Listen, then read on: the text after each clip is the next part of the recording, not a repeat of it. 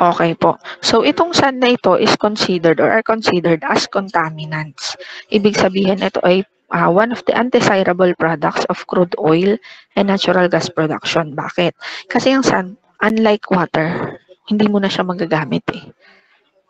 Si water kasi, meron kang pwedeng paggamitan. Halimbawa, ang produced water after treatment, pwede mong gamitin for other purposes aside from disposal. Kung ita-target ay recycling or reusing, pwede mo siyang gamitin halimbawa sa iba't ibang application sa loob ng production plant. Pwede din naman gamitin for irrigation pag talaga tinarget ang irrigation. Ibig sabihin, ang water, meron ka pa pwedeng paggamitan. Si produced sand, very, kumbaga limited yung magiging application niya. Most of the time, dinidispose lang ito. Okay? Meron lang pond, man-made pond na pinaglalagyan nito. Pero yun ay tinitreat muna bago ilagay doon.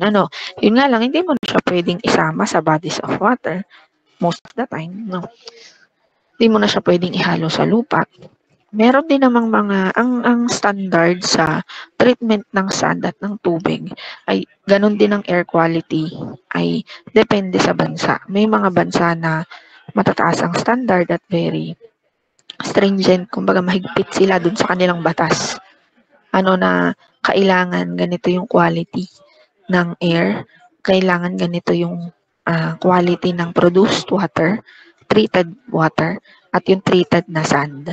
So, depende po iyon. May mga pagkakataon na yung sand ay ginagamit for agriculture, pinagtataniman pa siya for vegetation. Okay? So, anyway, itong mga sand na ito are considered as contaminants. Ito po ay tinitreat. Pero, unlike water, mas disadvantage kasi ang sand. Kasi ang sand, dahil siya ay solid, nag-a-act siya as para siyang liha. Kasi, imagine nyo ha, sandstorm. Pag halimbawa ikaw ay magkakaroon ka ng mapapapiliin ka. Maka-experience ka ng bagyo na ulan o kaya sandstorm, parehas ang intensity.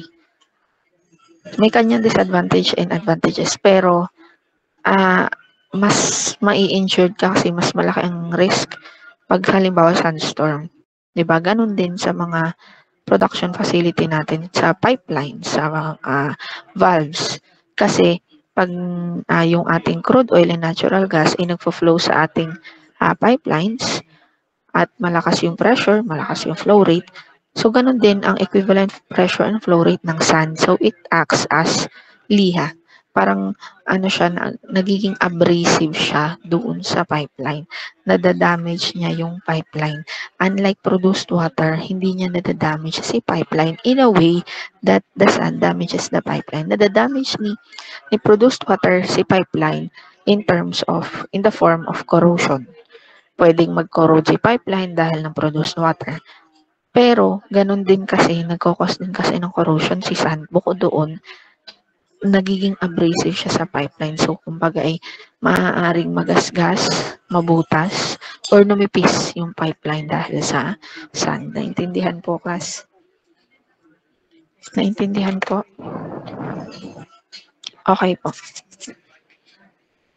So, naintindihan ha, ulitin ko. Ang sand po natin ay can be coarse, it can be fine. Ang minerals po natin, commonly ay quartz, feldspar. Okay. Okay po. Okay, so atin pong i-discuss ngayon ang several factors that affects sand production. Okay, ano ba yung iba't ibang factors na nakaka-apekto sa sand production? Okay, unahin po natin ang reservoir characteristics. Marami tayong iba't ibang reservoir characteristics that can affect yung sand production. Halimbawa, rock strength. I-discuss po natin yan isa-isa later on. Okay, rock strength. Nakaka-apekto kung gaano ka tibay or kahuna yung rock. Parang sa pag may bagyo, pag may halimbawa may bagyo may flash flood, yung pader na matibay most likely hindi agad siya magigiba. Pero pag halimbawa ang pader ay mahuna ang pagkakagawa, substandard ang material, pag may flash flood, mas madali siyang masisira or magigiba. So, ganun din sa rock. Pagka ang rock ay consolidated at unconsolidated, ganun din. Pag consolidated ang rock, ibig sabihin matibay siya. So, medyo resistant siya sa production ng sand. Hindi agad naghihiwa-hiwala yung grains, unlike pag unconsolidated. Ganon din ang porosity. Although desirable na mataas ang porosity, ang disadvantage pag mataas ang porosity, mas maraming butas. So, syempre, ang maapektuhan din is yung strength and yung structure ng rock. Same with permeability. Okay? So, ito po yung sinasabi ni ma'am. Yung weak or unconsolidated formation. When we say weak or unconsolidated formation, ito yung type of formation na number 1, poor sorting. So, unconsolidated formations has poor sorting ng grains. Sorting ng rock particles. So, alam nyo naman siguro kung anong epekto ng sorting sa porosity and permeability. Correct? Ating ang i-review. Paano po pag ang sorting po natin ay maganda, ano po ang epekto nito sa porosity and permeability? So, pag po ang sorting natin ng rock particles ay maayos, bakit tayo to 21? Kakaunti po ang na-attend sa meeting. Nagbabakasyon na. Di ba 40 plus kayo sa section ninyo? Tama ba? Sinong coordinator dito? Sino po ang coordinator nyo? Nandito po ba sa meet? Class? Hello? Nandito po ba sa meet ang coordinator? Hi ma'am, may ginagawa lang daw po si Jello. Ano po kayang ginagawa ni Jello na mas importante sa klase? Bakit po? Bakit kaya wala yung iba? Napansin ko lang kasi magtatawag sana ako. Ilan lang tayo dito sa meet?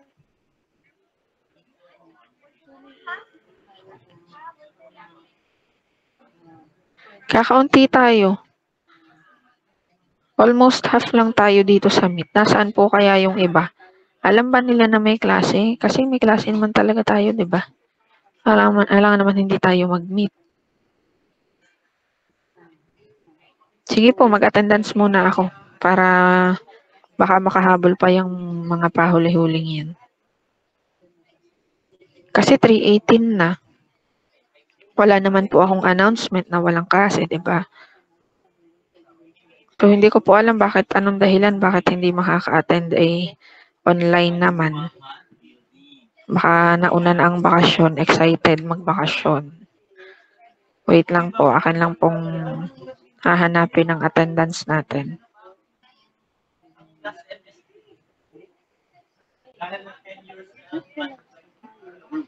Okay po. Ano nga section nyo? 4-1? Class?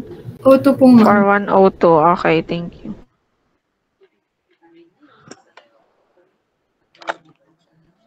Wait lang, class ha.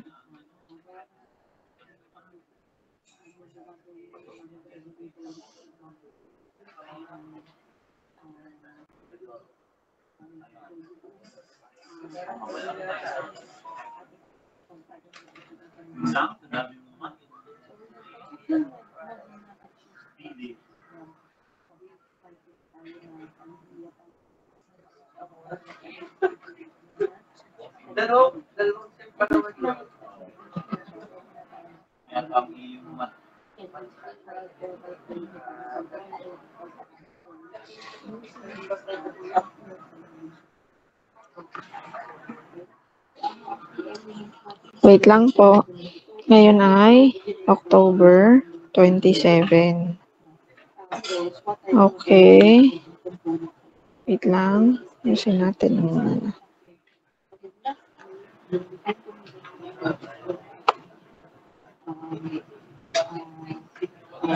Nandito ba si Aguilon?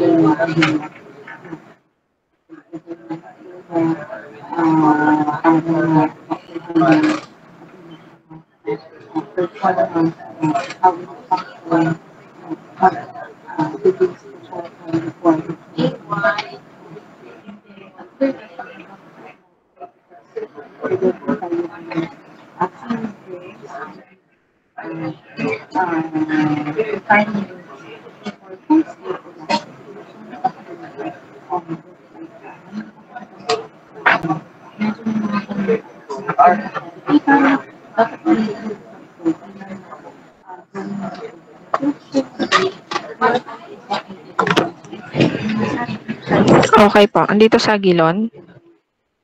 Aguilon, wala. Okay. Si Balasta? Si Balasta po? Wala din po. Barrera? Pakilista po ng wala ha. Hindi ko lang mailipat din sa aking ano. Si Barrera? Wala din. Bartolini? Present po, ma'am. Okay po, wait lang. Ang ilalag ko na lang ay yung mga present.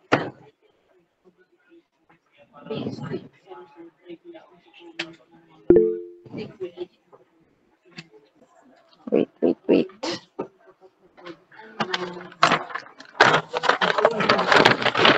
Sulat ko lang po at ako'y nakatablet. Mahirap maglipat din ng attendance. Again, ang wala for 1027 for 102 ay si Aguilon. Si Balasta, wala din. Barrera, nandito o wala din? Nandito po, ma'am. Ay lang po gumana ng mic sa isang device po. Bartolini? Nandito Bautista? naman, ma'am. Present. Bautista? O bakit bigla tayong nadami? Biglang dumami. Pag mamaya, umunti na naman to, mag-attendance ulit ako. Bautista? Wala si Bautista. Bilog? Present po, ma'am. Bilog? Bourbon? Wala. Buwan? Present po. Kagikla? Present po. Kapobres? Present po. Clarete? Present po, ma'am. Costello? Present po, ma'am. De Castro? Present po, ma'am. De Chavez? Present po. De Guzman? Present po. Jonah? Present po. De Pasupil? Present po. Ebora? Present po. Enriquez?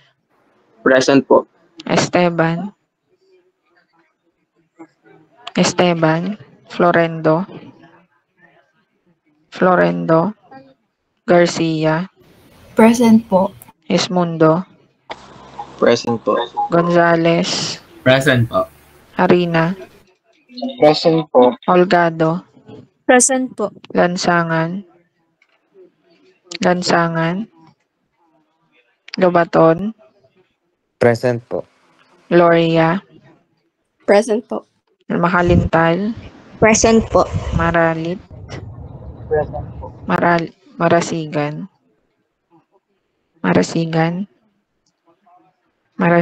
Mindanao? Nunez? Pelina? Present po. Periodiko? Present po, ma'am. Kiben?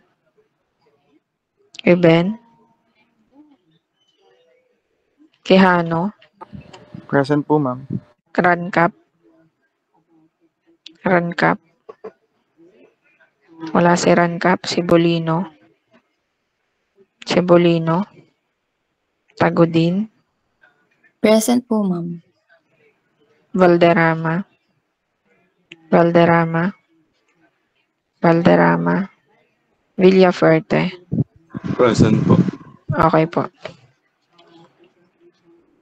Okay, so let's continue our discussion. Okay, nandito tayo sa weak or unconsolidated formation. So, mas prone ng weak or unconsolidated formation because weak nga siya. Maraming factors that makes a formation unconsolidated and we will discuss that later on. So, it includes pore sorting of rock grains, rock particles, and then you have your cementation, compaction. Okay, so later on, i-discuss po natin yun. So, this is just an overview. High production rates and low reservoir pressure.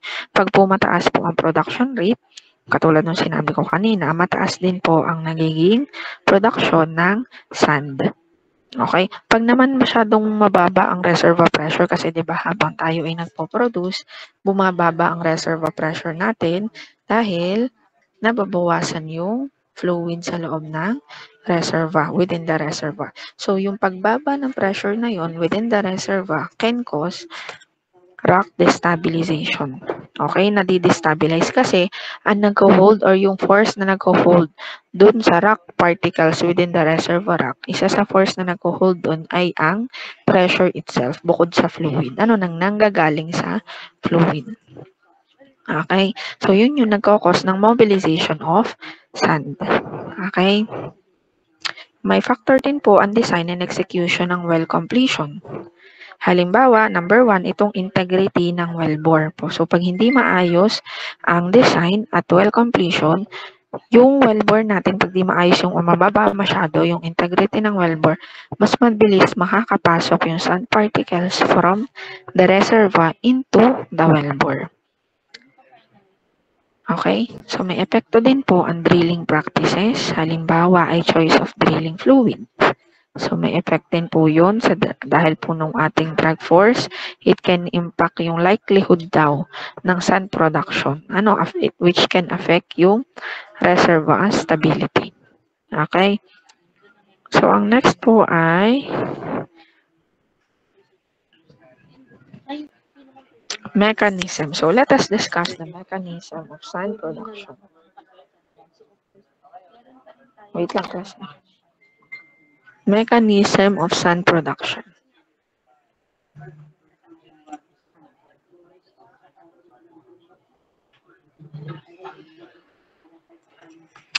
So, sa mechanism of sand production, dito natin i-discuss kung ano ba yung stages.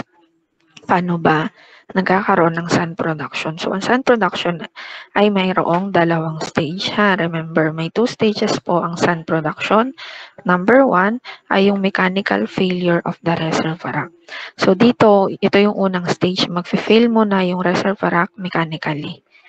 Okay, ano ba yung mga factors that can affect or that can induce yung mechanical failure of reservoir rock? Okay, so una daw ay changes in and redistribution of stress. Okay, so habang nagpo-produce tayo yung reservoir po, ang reservoir po natin habang nagpo-produce, so ano ba ito yung reservoir natin, yung reservoir rock, ito yung reservoir rock natin. So habang nagpo-produce tayo dyan ng fluid, bumababa ang pressure dito. Tulad nung nabanggit ko kanina, yung pressure sa loob ng reservoir, yung pore pressure, drawdown pressure, yun yung pressure or yung force na nag-hold sa rock particles or rock grains within the reservoir rock. Habang bumababa yung pressure sa loob ng reservoir rock due to flow of fluid from reservoir to the well, bumababa din ang integrity at strength ng rock. Humihina siya, humuhuna siya. Humuhuna po siya. Okay? So, yun ang tatandaan nyo. Pag bumababa ang pressure, humuhuna din ang rock kasi yung pore pressure nga ang nag-hold sa rock grains together. Aside from that, during drilling, pag nagdi-drill tayo, syempre reservoir rock ito, tapos bubutasin mo siya. So, parang dingding natin. Pag nagbubutas tayo, mapapansin nyo, nagkakaroon ng crack doon malapit sa marapit sa butas, nagkakaroon ng crack. So kasi, ibig sabihin, yung stress dito, nare-redistribute siya. Kumakalat siya. So, ganun din dito sa reservoir rock natin. Pag tayo ay nag-drill dito, meron tayong mga well completions. So, yung dito, yung rock, malapit sa wellbore, dun sa annulus natin, nare-redistribute din yung stress. So, yun yung nagkokos din ng mga cracks and fissures sa loob ng reservoir rock. And eventually, yung cracks na yun, habang nagpo-produce tayo, lumalaki din siya. And syempre, pag yung crack, lumaki siya parang sa mga, pag may mga landslide, diba?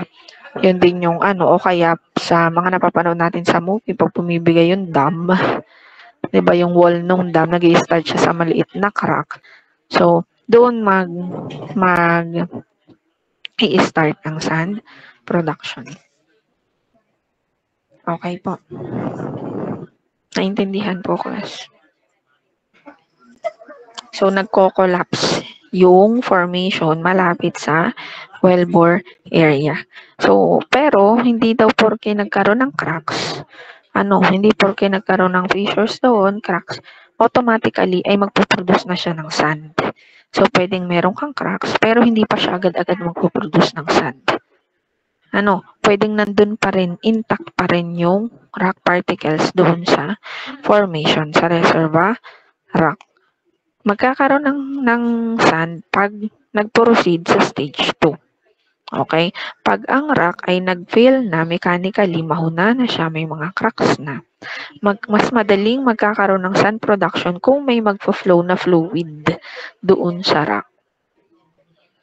Okay, pag may magfo-flow na fluid within the rock, ito yung sinasabi kong viscous drag force.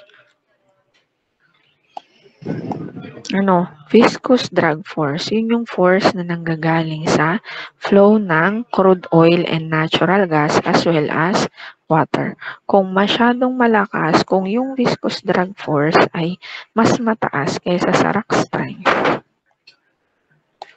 Kung yung viscous drag force,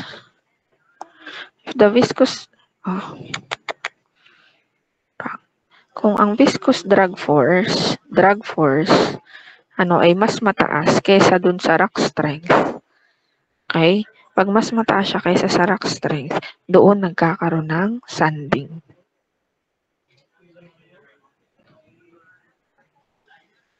Okay? Doon magkakaroon ng sanding. Pag mas malakas yung viscous drag force kaysa doon sa rock strength. Pag na-overcome ni viscous drag force yung rock strength, at may crack na dun sa rock, dun magkakaroon ng mobilization ng rock fragments. Naintindihan po, class? Yung stage 2. Okay po. So, ano-ano ba yung factors that can influence sand mobilization? Number 1 is the degree of natural intergranular cementation and compaction within the reservoir rock. Intergranular cementation. Halimbawa, ito yung rock grains natin. Ayan yung rock grains natin. So, di ba meron tayong mga cementing materials? Di ba? From your petroleum geology, petrophysics, yung mga cementing materials natin. So, may mga cementing materials dito. Pag mataas ang degree of cementation, ibig sabihin, mas matibay ang reservoir rock or ang isang formation. 'Di ba? Kasi well cemented siya. Parang sa bahay din natin, pag ikinagpagawa ng bahay at puro hollow block lang yan, walang semento, paano yan magiging matibay, 'di ba? Hindi man puro hollow blocks lang siya. So kasi yung cement, yun yung nag-act as glue that binds the grains together. Compaction. Ano naman ang role ni compaction? Ang compaction naman, dito siya papasok. Itong mga grains na ito, yan, di ba may, yan, ito yung rock grains natin. Tapos siya ay cemented. No, well cemented siya. So, yung mga overlying rocks, layers of grains, nandito, pag siya ay, ayan, Pag maganda yung compaction niya, well compacted siya, ibig sabihin mas dikit-dikit ang grains. Well cemented, well compacted. Siguro gets nyo naman. Pag well cemented, well compacted, may glue that binds together at may force. Yung force ng compaction ng overlying rocks, papatibay din siya kasi mas compact, mas magkakadikit. Yung rock fragments, yung rock particles. So, ibig sabihin, mas mataas ang kanyang stability. Mas matibay siya, mas mataas ang kanyang rock strength. Naintindihan, class? Simple lang naman po siya. Kung inyong iintindihin talaga. Next. Friction. Nakaka-apekto din po ang friction in between sand grains. Friction between sand grains and their cohesion. Okay, so pag mahina yung cohesion, ang cohesion kasi nagkakaroon ng cohesion in between rock due to cohesive forces, pwedeng due to pressure. Yun nga, yung sabi ko sa inyong pore pressure, maaaring dahil din ng fluid sa loob. So, may cohesion. Ibig sabihin, may magkadikit, cohesive or magkadikit yung rock particles. Okay? So, pag maganda ang cohesion, mas matibay yung formation. Pag pangit ang cohesion, or if the cohesion is weak, mas madaling ma-dislodge or maghiwa-hiwalay yung rock fragments pag may dumaan or nag-flow na fluid doon sa formation. Okay? Sunod, viscosity. Pag mas mataas ang viscosity, tatandaan nyo pag mas mataas po ang viscosity, okay, mas mataas ang viscous drag force. Pag mas mabigat, mas madali siyang makadala. Parang sa tao, tandaan nyo. Pag ang isang tao ay mas malaki, physically, mas malaki siya. So, mas madali siyang magbuhat ng bagay, di ba? Compared mo sa maliit at petit. So, ganun din dito sa sand production. Pag mas mabigat at mas viscous ang fluid, mas malaki or mas mataas ang viscous drag force, therefore, mas maraming sand ang kanyang nahihila or nadadala. Naintindihan po yon, class? Yung viscous drag force at yung viscosity. Okay po. Next po ay, yan.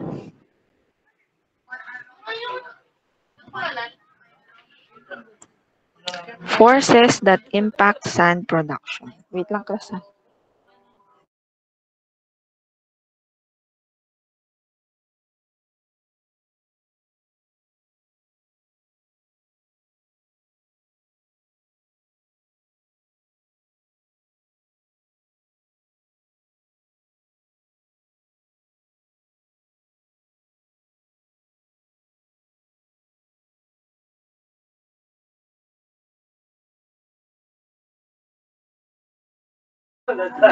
Okay po. Factors affecting sand production or forces that impact sand production.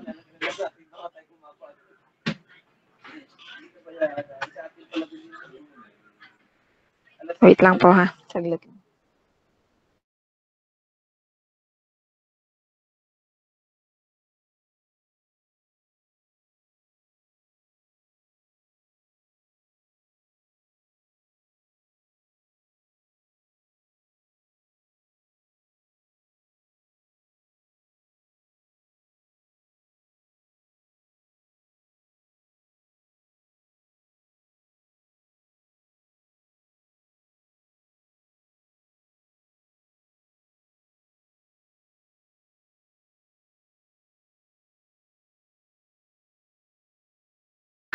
Okay po. So, since na-discuss na natin yung mechanism, yung stage 1 at stage 2, paano nagkakaroon ng sand production, again, una muna ay mechanical failure. Okay? And then, sunod, after ng mechanical failure is yung stage 2, which is yung erosion by viscous drag forces. So, magkakaroon ng sand production pag may flow ng fluid. Okay, hindi enough na mechanical failure lang. Kasi kahit mag-fail yung rock sa ilalim, kung wala namang hihila or magdadala ng sand mula sa ilalim pataas, walang mapoproduce na sand, diba? O ganun din kung halimbawa wala namang nag-fail na rock. Okay, kung wala naman nag-fail na rock, kahit pa may fluid na nagpa-flow, wala ring madadala or walang mahihilang rock fragments ang fluid. Okay po. Okay, so let us discuss the forces that impact sand production. Okay, so unahin po muna natin ang cementing material. So tulad ng sinabi ko kanina, ang cement acts as glue. It holds the sand grains together, which provides structural integrity to the rock formation. So imagine nyo siya as para siyang yung semento natin sa bahay. Hindi pwedeng puro hollow blocks, puro bakal, kailangan ay mayroong semento. So, yung semento, kaya cementing ganun din siya. Yung imagine niyo yung rock fragments as hollow blocks. So, mas matibay siya pag mas maganda yung cementing material at mas maayos yung cementation. Ano ba yung mga usual na cementing materials natin? So, silica, calcite, silica, and clay minerals. Okay? So, basically, yung cementing materials na ito, finifill nila yung gap within the rock particle. So, kung may gap dyan, i-fill nila yung gap dito. Okay? So, nag-a-act siya as glue, kaya nagdidikit-dikit yung rock particles. So, pag maayos ang madami ang amount ng cementing materials, maayos ang distribution, nagkakaroon tayo ng consolidated formation. Okay? So, sufficient yung quantity, maganda ang distribution. Pwede kasi class na sufficient ang kanyang quantity. Halimbawa, ito, maraming cementing material. Dami. Pero hindi maayos ang distribution kasi pagdating dito, wala na, hindi na naabot ng cement. Pwede kasing sufficient pero hindi maayos ang distribution, hindi well distributed. So, kailangan ma-meet ay sufficient quantity at well distributed. Naintindihan po, class? Pagka sufficient yung quantity at well distributed yung cementing material, they will contribute sa strength at stability ng reservoir rock. Naintindihan po, class? Okay po. Pagka naman yung cementing material ay insufficient, kulang, tapos poorly distributed, hindi maayos ang distribution, hindi lahat ng rock grains ay may semento, o kaya naman ay sira na, na-degrade na. Nade-degrade yung cementing material natin pagka halimbawa ay, depende sa sa cementing material. Kunyari, nagkakaroon ng exposure sa acid, nade-degrade siya. Pag masyado mataas yung temperature, nade-degrade siya. Anyway, pagka degraded yung cement, poorly distributed and insufficient, it will lead to unconsolidated formation or weak formation. Okay? So, pag weak information, mas mataas ang risk for sand production. Naintindihan po, class, yung sa cementing material. Okay po. Ang next po natin ay cohesion or capillary forces. So, ang cohesion or capillary force, it results from interaction between fluids and sand grains within the reservoir. Okay. So, ito yung parang natural stickiness between the sand grains kasi walang cementing material. So, na-enhance yung pagkakadikit-dikit or cohesion within sand grains kahit walang presence ng cement due to the presence of wetting fluids or wetting properties of the fluid present. Diba?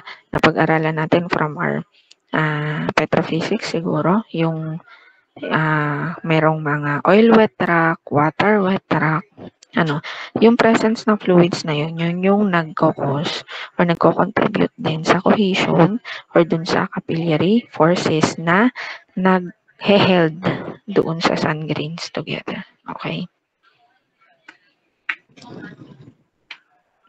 Okay? So, ang disadvantage lang with this, pagka nagkakaroon ng halimbawa changes in fluid composition due to changes in fluid composition, changes in pressure or temperature, maaaring ma-alter niya yung wetting characteristic and ma-alter din yung capillary forces which can cause destabilization of sand grains.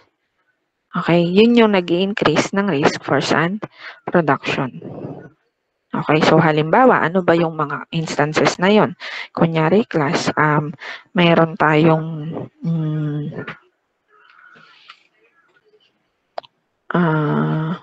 kunyari, ito, meron tayong formation, no? Yan, taga. So, meron tayong formation. Itong formation na ito ay oil wet previously. Oil wet siya. So, ibig sabihin, within the sand grains, oil wet siya. So, may oil na nakadikit dito sa sand grains. Pagka halimbawa, may nag-flow dito ng tubig sa oil wet formation, pag may nag-flow na water dyan, maaaring ma-alter niya yung wetting properties ng rock grains. Kasi, imagine nyo ha. Okay, kunyari, ito, mas madali explanation. Pag bato, siya ay nilagyan nyo ng oil, syempre yung oil kakapit dito. Tama? Kapit siya dyan, yung oil. Pagka binuhusan mo yun ng tubig, ano mangyayari sa oil? Mawawala yung ibang oil. At may tubig na kakapit sa bato. May tubig na kakapit sa bato. So, yung bato, ang mangyayari, may tubig, mayroon ding oil. May kahalong tubig at may kahalong oil. Tama? So, na-alter yung property noong bato. Correct? Yung fluid dun sa bato. Okay, so nabago yung wetting properties no bato. So pagka ganun yung nangyayari na in a way parang nalulusen or nababawasan yung grip or yung kapit ng sand to sand o yung rock particle to rock particle. Basta nabago ang properties, composition, wetting properties in general, mababago din yung grip or yung cohesive forces within the rock particles. Naintindihan po, class? Okay po. Next po natin ay wait lang. Okay. Next po natin ay limited weak grain to grain cementation. Limited weak grain to grain cementation. So, meron talagang mga bato daw na insufficient yung cement from the very start. Kumbaga, nung una pa lang na-form yung rock na yun, weak na talaga yung cementation niya. Okay? So, pagka hindi maayos yung weak yung cementation, walang masyadong glue na magbaband dun sa rock grains together. So, therefore, mas fragile or mas mahuna, mas weak yung formation. No? Pagka ganitong type of formation na naturally ay hindi maayos ang cementation, fragile siya, weak siya, mahuna. So, even small pressure changes can disrupt yung rock stability. Mas madali siyang makaproduce ng rock or ng sands. Naintindihan po, class? Ito yung mga weakly or weak unconsolidated formation. Naintindihan po? So, ilan sa factors na nakakaapekto dito sa mga formation na naturally ay may weak grain-to-grain cementation ay reservoir pressure change. Okay, pag nagkaroon ng reservoir pressure change within the reservoir, kunyari, during production, nababa siya. So, mas madali siyang makakaproduce ng sand. Production rate, pag biglang itinaas natin ang production rate, syempre tataas ang flow rate ng fluid sa loob ng reservoir. So, tataas din ang mas madali ding masisira or mabilis madadala yung sand sa from the formation to the wellbore. Okay, fluid interaction. So, ito yung ilan sa mga factors na nakaka-apekto or nakakapag-increase ng likelihood of producing sand in limited weak grain-to-grain cementation type of formation. Naintindihan po, class? Next po ay factors affecting sand production. Ano-ano ba yung mga factors na nakaka-apekto? So, ito ay na-discuss na natin ng pahapyaw kanina. Pero ito ay mas elaborate ang discussion natin. So, dito tayo mag-focus po muna sa factors affecting sand production. So, ang first factor that affects sand production is rock strength. Okay? So, kung gaano katibay yung bato, gaano katibay yung formation. So, ang rock strength ay ang rock strength ng isang formation, maraming factor na nakaka-apekto dyan. Yun nga diniscuss natin, cementation, compaction, pag mga weak or unconsolidated formation, loosely bound or poorly cemented yung rock particles, mas prone siya sa sand production, mas mabilis mag-disintegrate yung sand or yung rock under stress. Next ay porosity and permeability. Nabanggit ko ito sa inyo kanina. Although mahalaga na mataas ang porosity at permeability ng reservoir rock natin, meron din siyang disadvantages. So, dito papasok yung sand production. Pag kasi mataas daw yung porosity at permeability ng ating formation, ibig sabihin, mas weak ang kanyang structural integrity. Bakit? Maraming butas siya. Halimbawa, meron kang dalawang bato. Meron kang dalawang bato. May dalawa kang formation.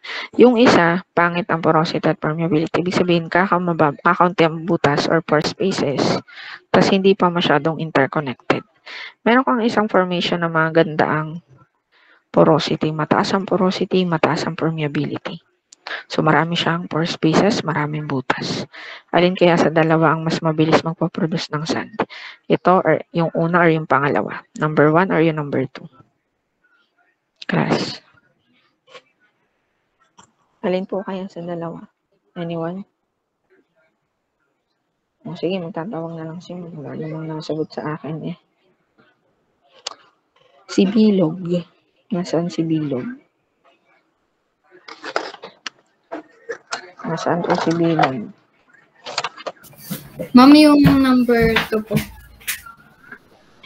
Okay po. Very good. So, mas mabilis magpo-produce ng sand yung number 2 kasi mas marami siyang butas. Common sense po yun. Kaya lang, based on experience, hindi siya common. Basta tatandaan niyo pag mas maraming butas, mas mataas ang porosity and permeability, ang disadvantage nun ay mas malaki ang chance or risk for sand production. Okay po. Okay po, ang next po natin ay production rates and reservoir pressure. Okay, so production rates and reservoir pressure, nabanggit ko na ito kanina, pero ulit-ulitin natin, pag malakas ang production, mataas ang production, mas rapid yung extraction, mas rapid yung flow ng fluid, mas mabilis. So, since mas mabilis or may increased velocity tayo, mas mabilis mai-erode yung rock. So, parang flash flood. Pag mas mabilis ang flow ng flash flood, mas maraming puno ang nadadala, mas maraming lupa ang nadadala, bahay. So, mas mabilis mag-detach yung sand grains, mas mabilis mag-mobilize yung sand grains. Okay? Next ay low reservoir pressure. Nabanggit ko na din po ito. Ang reservoir pressure ay nagde-deplete over time at yung depletion ng reservoir pressure na yon ay nagkukos ng significant effect sa rock. So, mabilis mag-destabilize ang rock. That will eventually result in collapse or erosion. Pag nag-collapse or nag-erode, magre-result na yun sa sand production basta meron kang fluid flow. Hindi po pwedeng mechanical failure lang. Kailangan po ay may fluid flow. Okay. Next po ay well completion design. So, nakaka-apekto din po ang wellbore integrity, yung condition ng wellbore at quality ng completion materials, quality. Pagka hindi maayos ang design ng completion, poorly substandard yung ginamit na completion materials, inadequate yung casing, o kaya hindi maayos yung cementing job, ang epekto naman nun ay sa wellbore instability. Pagka hindi stable yung wellbore natin, mas mabilis makakapasok ang sand or magmamigrate ang sand from formation into the wellbore. Naintindihan po? Okay po. Next po natin ay completion equipment. So, yung type and condition ng completion equipment, halimbawa, yung screen and gravel packs na i-discuss natin later on. So, yung screen and gravel packs ay isa sa mga completion equipment. Ito kasing screen and gravel packs, just to give you a background. Halimbawa, ito yung wellbore natin. Naglalagay tayo ng parang pinaka-filter dito. Para pag yung nagpa-flow na fluid dito sa taas, nagpa-flow ang fluid dyan, matatrap yung fluid dito sa screen and gravel pa. Yung fluid, yung sand, sorry. Matatrap ang sand dyan. So, hindi lahat ng sand na nasa wellbore ay dediretso sa equipment. So, nagsaserve siya as filter. Anyway, kung hindi maayos ang quality, hindi maayos ang design, specification ng completion equipment, mas tataas ang sand production. Okay? So, halimbawa, hindi maayos ang design o kaya naman maayos ang design pero hindi maayos ang maintenance, hindi siya napapalitan, hindi siya nalilinis from time to time, mas madaming sand ang mapaproduce. Naintindihan po, class? Nakakasunod po ba?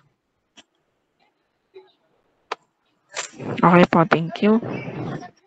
So, ang next po natin ay drilling practices.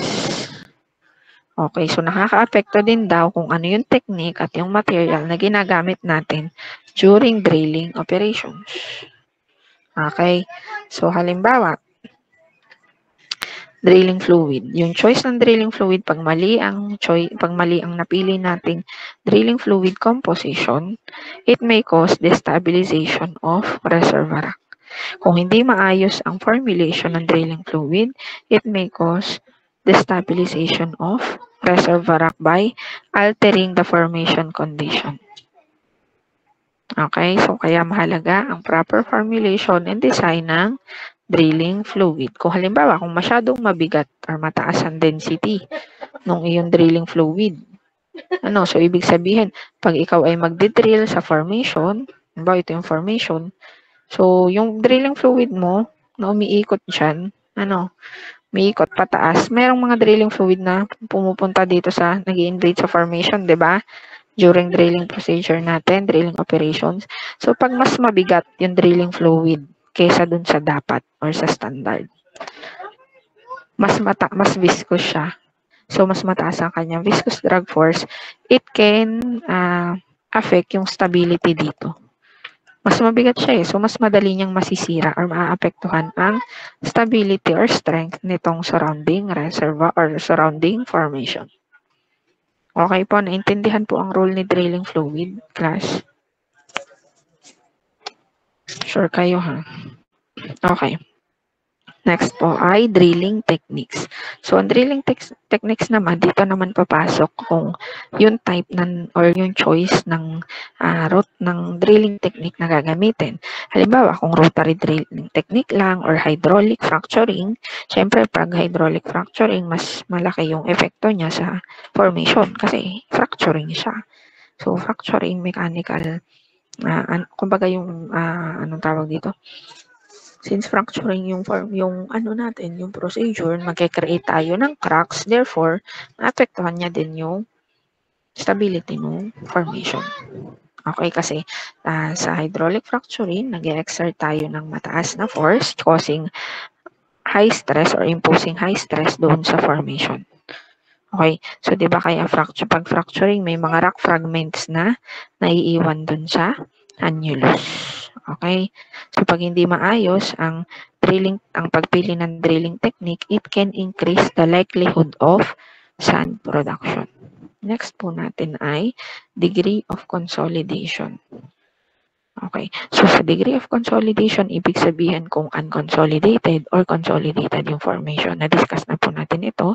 Pag poorly consolidated or unconsolidated yung formation, ibig sabihin ang permeability niya ay 0.5 to 8 terces. So, mataas itong permeability na ito. Pag mataas ang permeability, mas prone sa sand production. Pag mataas ang porosity, mas prone siya sa sand production.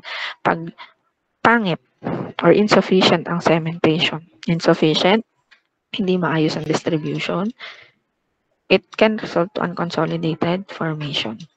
At ang unconsolidated formation, again, ay more susceptible sa disintegration and sand production.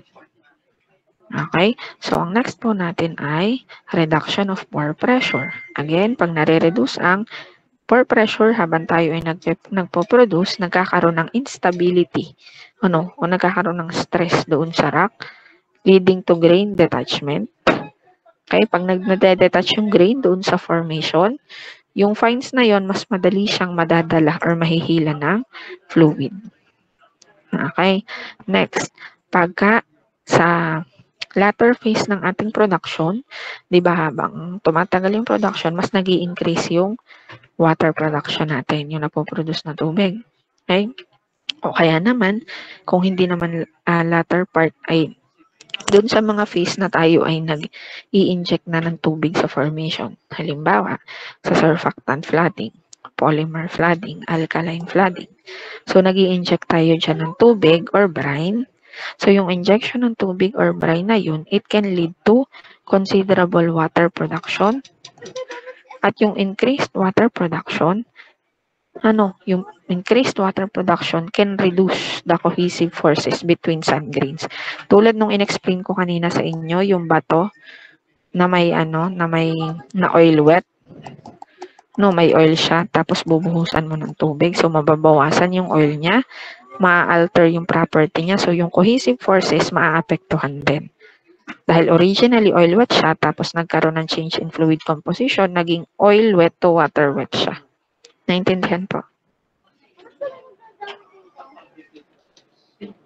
Kakaunti yung nakikita kong mga nagre-react, pare-pareho lang. Sana po ay naiintindihan po nung iba kasi medyo marami po ang scope nito. Next po ay production rate threshold. So, lahat daw ng reservoir ay may specific threshold pressure. Ibig sabihin, lahat ng reservoir, although desirable na mataas ang production rate, ibig sabihin mas mabilis ang production, mas marami. Kasi yung mga ginagamit nila doong equipment ay nirerentahan. So, syempre, yung company na nag-produce, mas gusto nila, mas maraming napoproduce, mas maraming nabibigay sa client, mas marami silang napoproduce. So, hindi agad, hindi pwedeng, mayroon silang threshold na sinusunod. Ibig sabihin, limit ng reservoir na hindi nila pwedeng itaas beyond that threshold kasi maapektuhan yung production. So, ang sabi nga, engineers often ignore this threshold kasi ang goal is to maximize production rate. So, yung pag-ignore dito sa threshold na ito at pagsiset ng mas mataas na production rate can lead to increased sand production. So, minsan, may pagkakataon na kahit mataas yung napoproduce mong oil and gas, ganun din naman kataas na napoproduce mong sand. So, hindi siya economically viable. Bakit? Kasi yung sand nga na napoproduce mo ay, yung oil and gas na napoproduce mo ay mataas ang sand concentration. Therefore, kailangan mo ng mas complex na separation process. So, ibig sabihin, hindi mo agad siya may ibenta dahil kung tatanggalin mo pa yung sand na nakahalo sa oil and gas, di ba? So, although madami ka napoproduce, hindi mo din naman agad-agad na ilabas yung napoproduce na oil and gas kasi nililinis pa siya. Bukod doon, mayroong significant damage ang sand sa equipment. Tulad ng sinabi ko kanina, posible siyang mag-cause ng erosion dahil nag-serve siya or nag-act siya as liha. Abrasive siya sa pipeline, abrasive din siya sa other equipment, sa separators, abrasive siya. So, parang may sandstorm sa loob ng pipeline. Pwedeng mabutas yung pipeline dahil due to sand. Okay, next ay reservoir fluid viscosity. Nakaka-apekto din po ang fluid viscosity. Again, mataas ang viscosity, mas mataas ang viscous drag force. Okay? Frictional drag force. Okay, so pag mas mataas ang frictional drag force, mas mataas ang possibility ng sand production. Kumbaga, kung ikukumpara natin ang oil at gas, mas mataas ang viscous drag force ni crude oil kaysa kay natural gas. Therefore, mas maraming sand ang napoproduce pag crude oil producing well kaysa sa gas producing well. Kasi ang crude oil producing well ay mataas ang viscosity ng fluid. Si gas producing well, mababa ang viscosity ng fluid, so mas less likely ang sand production. Naintindihan po, class?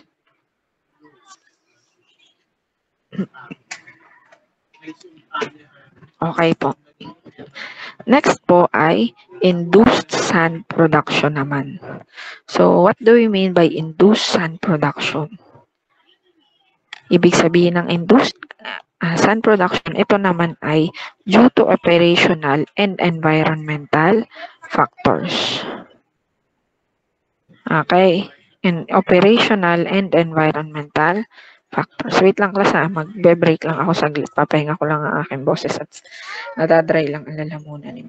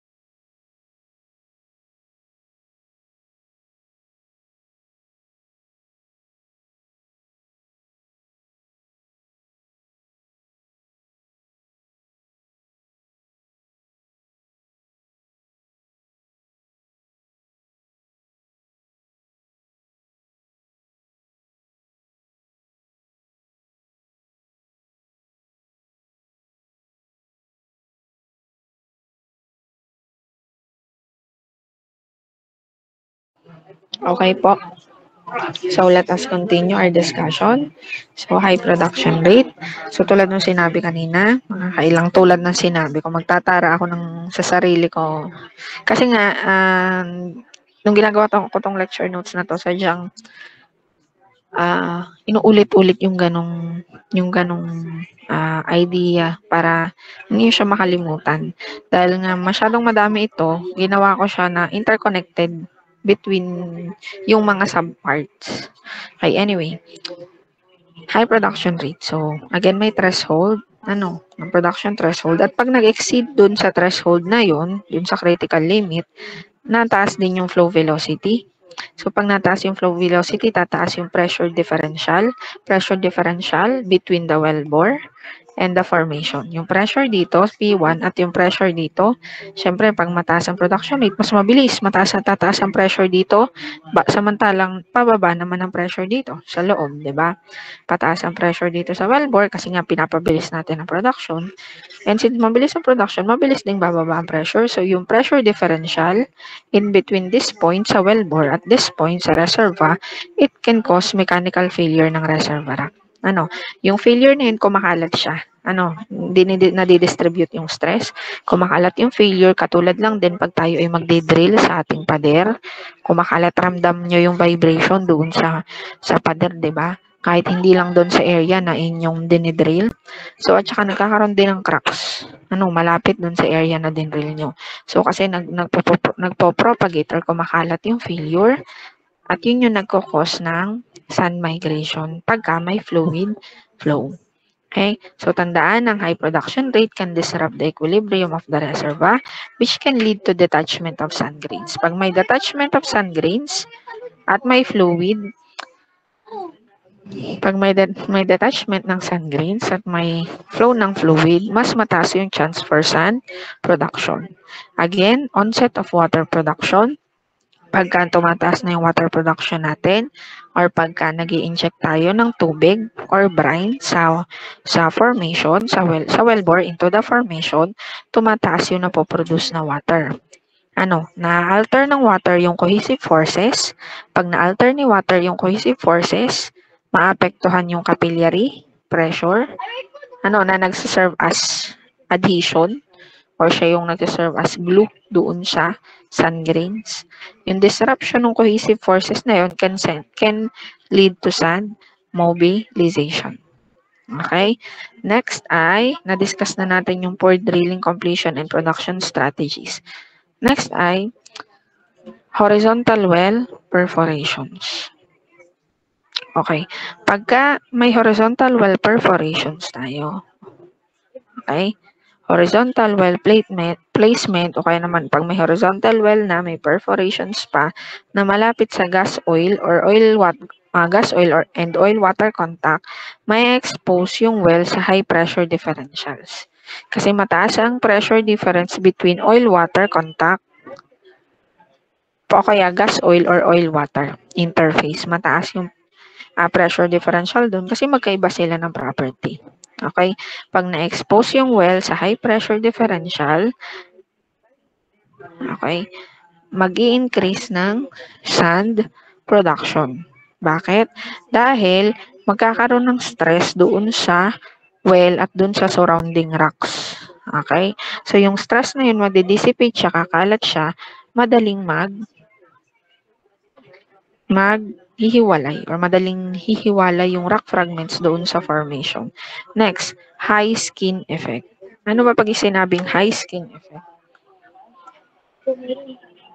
Pag high skin effect, yung high skin effect, it can resulting from mechanical or chemical damage during drilling, completion, and workover activities can create significant pressure drop. Okay, significant pressure drop around the wellbore. So, yung increased pressure drop na yon can exceed the compressive strength ng rock matrix causing sand production.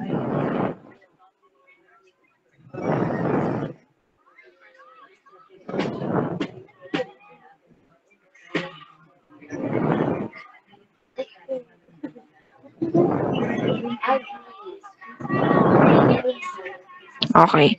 Next ay inadequate rock property knowledge. Pag hindi maayos o hindi kompleto yung knowledge about the formation, the geomechanical and petrophysical properties ng reservoir rock can lead to poorly designed and executed drilling and completion strategies. Inadequate knowledge and understanding of these properties can result to strategies that do not account the rock stability. So, ibig sabihin, maaaring hindi mo dahil nga kulang ang information or ang data sa geophysical and petrophysical properties of that formation, hindi din magiging maayos ang design ng well completion. Yung well completion strategy maaaring hindi aligned or hindi akma dun sa rock stability. So, maaaring masyadong malakas yung pressure or yung force, o kaya naman maling formulation ng drilling fluid, maling type of completion, equipments, or materials. Yun yung mga possible effect, mga possible na scenario that can lead to sand production. Next ay thermal fracture. Paano naman nagkakaroon ng thermal fracture? Sa high pressure, high temperature, or yung HPHT environment, water injection for cooling can induce thermal fracture. Again, ito ay sa mga HPHT environment. Pagka halimbawa mag-i-inject tayo ng cooling, so syempre yung gradient between the cooling water and then yung temperature sa reservoir, malaki yung difference. Ano yung temperature difference? Yung sudden cooling effect from the water can cause stress and fractures that can lead to sand production. Okay? It can lead to sand production. So, ibig sabihin, may epekto din pag high temperature, high pressure condition, tapos bigla ka mag-i-inject ng cooling water. Next ay cyclic loading. Ibig sabihin, pagka frequent or repeated yung startup and shutdown ng well, nagkakaroon ng shutdown pag may aayusin sa equipments, pag may maintenance or may repairs, ayan. So, pagka mas frequent yung startup and shutdown ng well, it can lead to cyclic shock. Cyclic or shock loading. So, pagka ganun, since biglang isa-shutdown yung well. So, biglang mag-i-stabilize yung pressure sa loob ng reservoir kasi wala nagfo-flow. Na fluid pataas. And then, biglang mag-i-start up. So, magfo-flow ulit. And then, mamaya mag-shutdown na naman. So, isa-shutdown yung well. Wala magfo-flow na fluid sa taas. Mag-stabilize na ulit. So, yung ganong repeated cyclic or shock loading doon sa well can cause significant effect doon sa formation. It can also lead to sand detachment. Okay? So, ang next po natin ay impacts of sand production in oil and gas operations. Ano po yung impacts? Ano ang mangyayari pag hindi natin na-manage ng maayos yung sand? Hindi natin na-control kasi ang goal is to control the sand production. Para ma-limit natin yung damage. Ang sand kasi, lalo sa unconsolidated formation, given na may mapoproduce na sand along with oil and gas. But then, hindi naman ibig sabihin na hahayaan na lang natin na mataas din na mapoproduce natin na sand. So, syempre, prevention is better than cure, ikang. So, uunahin muna. The first step is to prevent sand production. Pag talagang hindi maiwasan, the second step is to control or to manage the sand produced. Okay? So, paano natin i-manage yung sand produced? So, yun ay ating i-discuss later on. Bago natin i-discuss yun, let us first discuss the impacts of sand production. So, ang sabi dito sa lecture notes natin, mayroong significant detrimental impact to both subsurface and surface of oil and gas production system. So, pagka sa well, it can lead to loss of well potential. Integrity ng well, kasi syempre yun ay sand. So, yung mga completion materials natin doon, posibleng masira. Reduction ng process facility capacity. Maaaring magkaroon ng sand deposition sa mga units, sa separator, sa tanks. So, marereduce niya yung capacity ng tank ng separator. So, yun yung ilan sa effects or impacts ng sand production. Isa-isahin po natin. Number 1 ay impact sa well potential. Pag nagkakaroon ng onset o pag nag-i-start yung sanding, operators often choke back production. So ibig sabihin nire-reduce nila yung or kinokontrol nila yung production para mabawasan din yung or malimit din yung sanding. Kaya lang ang problema, pag nireduce nila yung production ng sanding, maapektuhan din yung production rate. So, kumbaga, yung reduction in sanding also reduces well deliverability. Or well potential. Sa halip na magpo-produce yung well ng ganitong amount per day, mababawasan siya. Kasi nga, para ma-reduce mo ang sand produce, kailangan mo ding i-limit or i-reduce ang produce na oil and gas. Kasi kung kasama kasi ng oil and gas yung yung sand. Number 2 ay integrity issue. Since sand is abrasive, nagko-cause siya ng erosion sa downhole at surface equipment. Nagkakaroon ng erosion sa downhole at sa surface equipment. Halimbawa, pwede siyang mag-cause ng erosion sa mga valves. Pwede din sa mga kung offshore subsea pipelines or kaya naman surface pipelines. Okay? Ang choke valve daw ang isa sa mga equipment na pinaka-vulnerable sa sand production.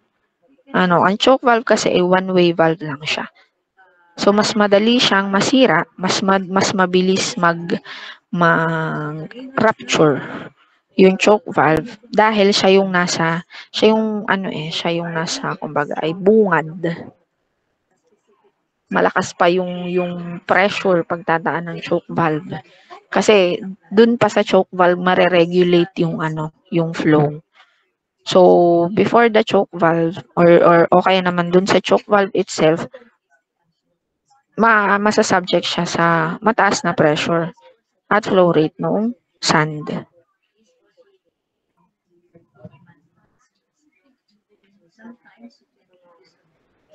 Okay, so pagka mataas din ng sanding, yun din yung nagkokos ng frequent shutdown.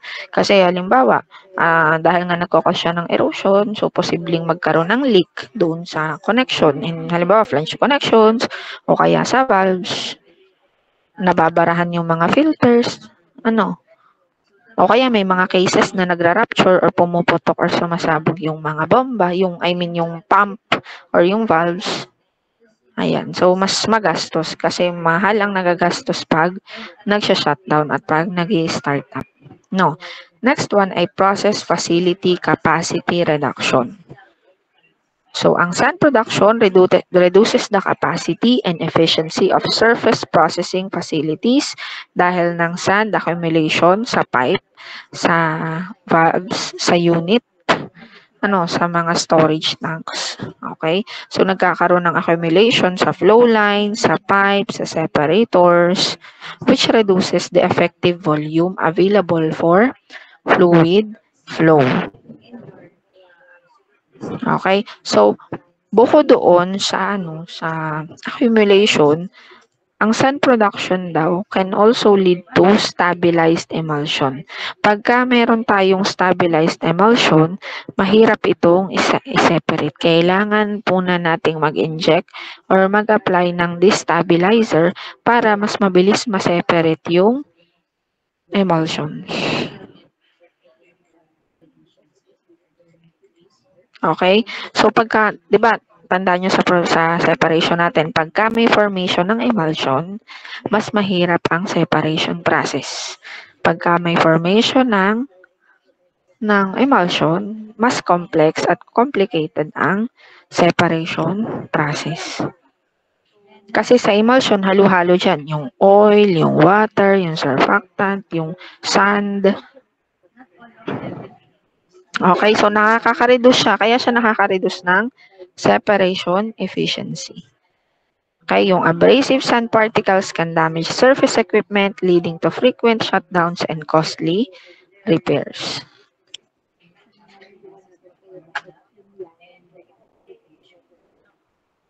Wait lang po at na-exit ko.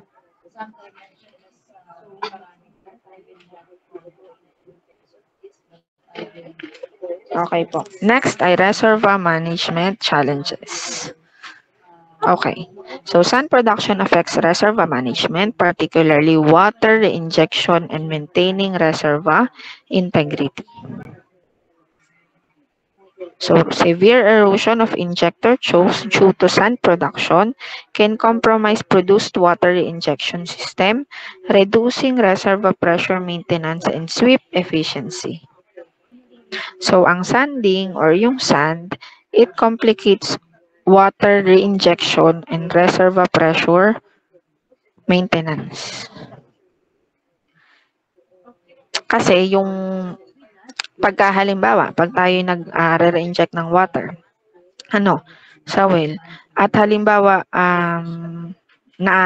since nagpo-produce tayo ng mataas na concentration ng sand, naapektuhan na din yung ibang components, yung ibang part ng production facility. Halimbawa, injector choke. Halimbawa tayo nag-re-inject ng water at halimbawa ay may deposition, doon sa injector choke, syempre mas kukonti, may pagbabara doon sa injector choke. So, kakaunti or hindi natin mamimit yung target nating pressure for water injection. Okay. So, sand production necessitates stringent filtration standard. So, yung sinasabi ko sa inyo kanina, kaya mahalaga yung gravel and packing. Siya yung nagsaserve as filter sa ilalim para mabawasan yung kahit papaano yung sand or sand concentration na pumapasok or lumalabas doon sa ating wellbore. Next ay potential harmful effects of sand deposition. Okay. Wait lang po. Saglit lang ha.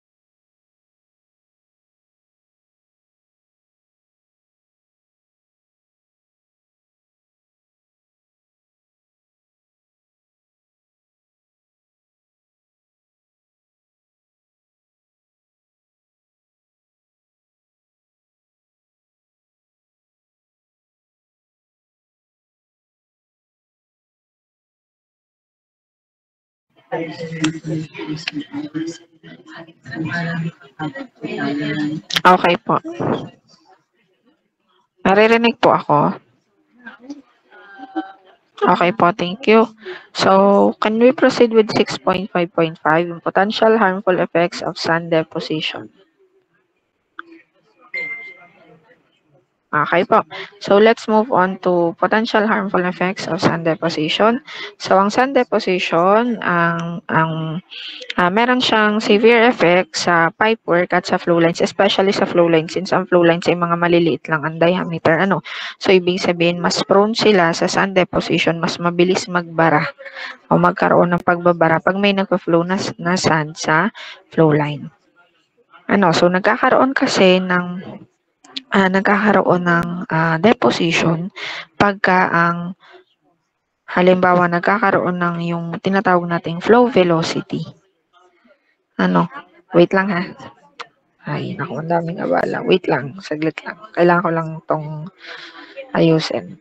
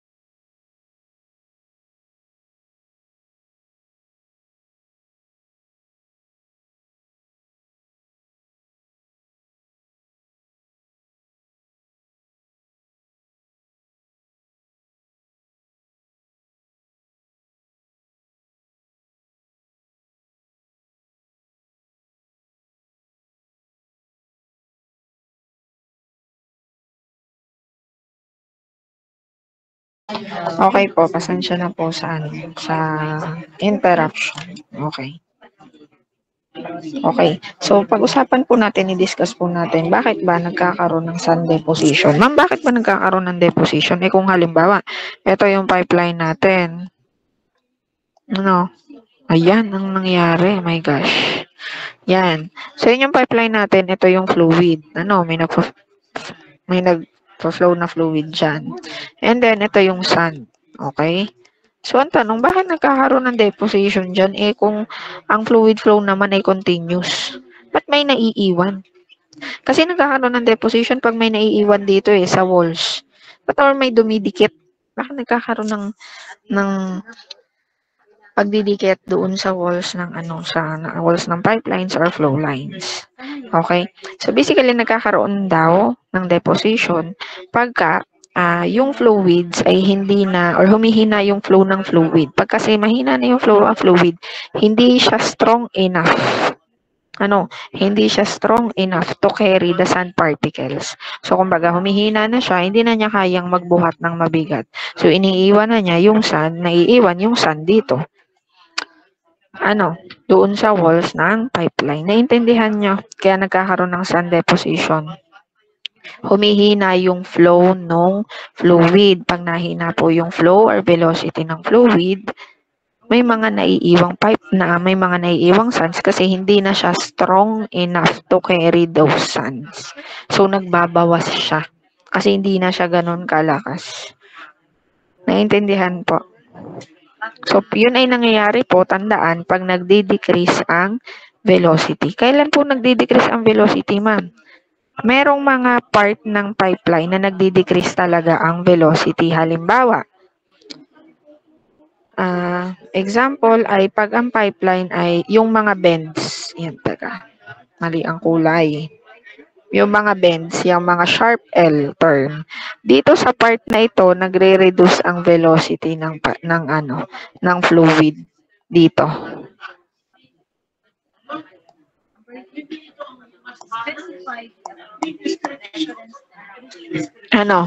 Dito, nagre-reduce ang velocity. Doon sa mga sa elbow na tinatawag, pagka sharp L, nagre-reduce ang velocity. O kaya naman, pagka halimbawa, ganito yung yung pipe pababa. No, pag pababa siya. So, yung flow ng fluid pababa. So, dito, malakas yung flow ng fluid kasi dito sa part na ito. Yan, sa part na yan. Ano ba yan? Ang pangit mag-drawing dito. Gosh, nakakainis. So, dito sa part na ito, yan, pababa. Pagdating dito, sa part na ito, bigla siyang ihina dito. Yan, papunta dyan. Biglang ihina yung flow. Pagka pababa. Dito sa area to, syempre, malakas ang flow niya. May gravity. Di nga? Pero pag siya ay mula dito, sa elbow na to, dito sa elbow hanggang papunta dito, bumabagal na yung flow niya. So, dito, usually, nagkakaroon ng deposition. Dito sa area na to, sa elbow at dito sa horizontal area na to. Doon nagsisettle, doon nag-accumulate. Naintindihan po, class? Bakit po nagkakaroon ng deposition?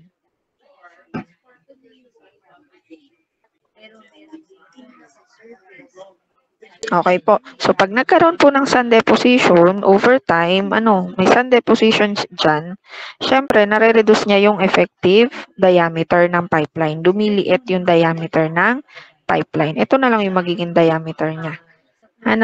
So, lalo na sa flow line, kasi ang flow line ay maliliit lang ang diameter niya. So, pag merong sand deposition, mabilis magbara ang flow line. Magbabara agad yan. Okay? Pagka may sand meron ding sand deposition, nag-i-increase din yung corrosion. Kasi nga itong mga ang sand particle syempre siya ay exposed sa subsurface, So, merong mga norm dyan, naturally occurring radioactive material. Meron ding mga bukod sa rocks and minerals, may kahalo din dyang mga naturally corrosive materials. Halimbawa po ay sulfur, So, which can cause corrosion within the pipelines. So, yung mga corrosive deposition of sand can cause erosion and eventually metal loss. Okay? Pagka halimbawa may sudden change in operating condition, halimbawa ay biglang tumaas ang pressure, tumaas ang flow rate, or bumaba ang pressure and flow rate, may epekto din po yun sa flow. So, nagkakaroon ng tinatawag na localized sandstorm, o diba? Parang bagyo lang. Localized sandstorm within the pipeline. Nagkakaroon po ng localized sandstorm. So, yung localized sandstorm na yun can lead to rapid erosion. Kasi para mabawasan natin ang empirical. Number 4 is to decide whether a local or established population is. Again, pag sinabi po natin local, we are talking of a particular. Okay, so halimbawa, pagka may startup, or may shutdown, halimbawa, during startup, pag ibig sabihin ng startup, bubuhayin ulit or bubuksan ulit yung well. So, ibig sabihin, may magpo-flow na ulit na fluid from the wellbore papuntang surface equipment. Okay? So, magbabago yung operating condition nung pipeline, nung separator, lahat ng components sa surface production facility. Okay, anyway, during startup, okay, yung mga sand particles na nagsettle, wait lang.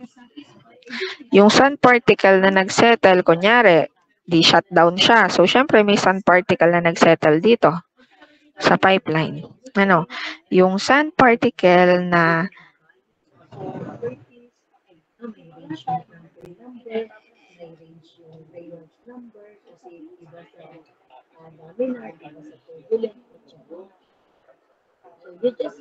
Sorry. Yung sand particle na nagsettle dito, yan. At pagka mayroong fluid flow, na may dala ding sand. May dala din siyang sand. Yung sudden surge of pressure doon sa pipeline, it can disrupt or disturb yung nag-settle na sand particles dito. So, mabubulabog niya yan. Ang tendency ng sand, yan, magkakaroon ng yung tinatawag na sandstorm. Kasi maraming or may amount or a certain amount ng sand na nag-deposit dito and then madidisrupt siya due to sudden fluid flow or sudden increase in pressure within the pipeline. Yun yung tinatawag na sandstorm. So yung sudden surge ng abrasive particles na yun, since sands yun yung tinatawag na sandstorm. Pagka may sandstorm daw po sa loob ng pipeline, syempre magkakos yun it can cause erosion. Kasi mas mataas na concentration ng sand dito sa area na to. So, mas mataas yung possibility for erosion ng metals. Okay. Naintindihan po, class? Naintindihan po? Okay po. So, ang next po natin ay okay. So, ang next po natin ay slugs naman. So, sand can form slugs. Okay. Kalimutan natin yung pig. Sorry. Na-skip ni ma'am yung pig. Sand deposits increases the risk of pigging. So, yung pig na discuss natin during transportation at ginagamit siya for pipeline cleaning and inspecting. Inspection services. So, pagka halimbawa may sand deposits, syempre magkakaroon ng stock pig. So, halimbawa, ito yung pipeline natin at mayroon tayong sand deposit. May sand deposit tayo dito. At ito yung pig natin.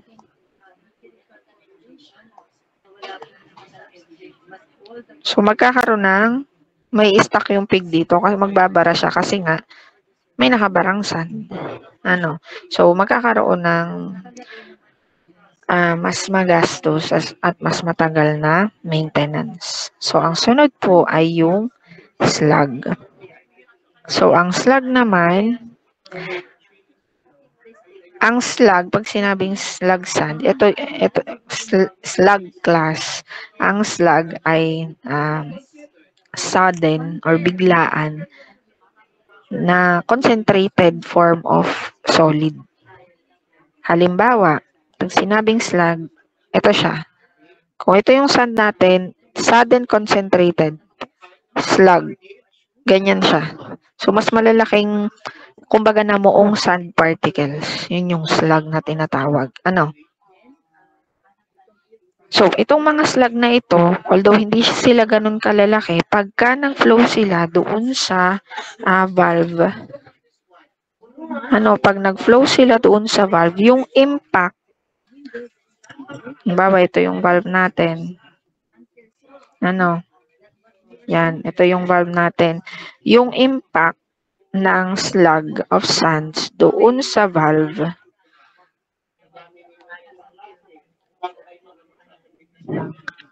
ay magkokos or posibleng magkos ng erosion dun sa valve. So, para siyang kung kayo ay kung kayo ay naka-witness na alam niyo yung sandblasting na ginagawa sa pipeline, para siyang ganun. Kasi nga, mas concentrated siya, mas malalaki siya. So, kumbaga, para kang pag binato ka ng buhangin, hindi masyadong masakit. Pag binato ka ng bato, masakit na siya kasi mabigat na yun eh. So, ganun din dito. Slugs of sand na siya. Buo-buo na. So, kumbaga, yung effect niya doon sa pipeline, doon sa valve, mas matindi na.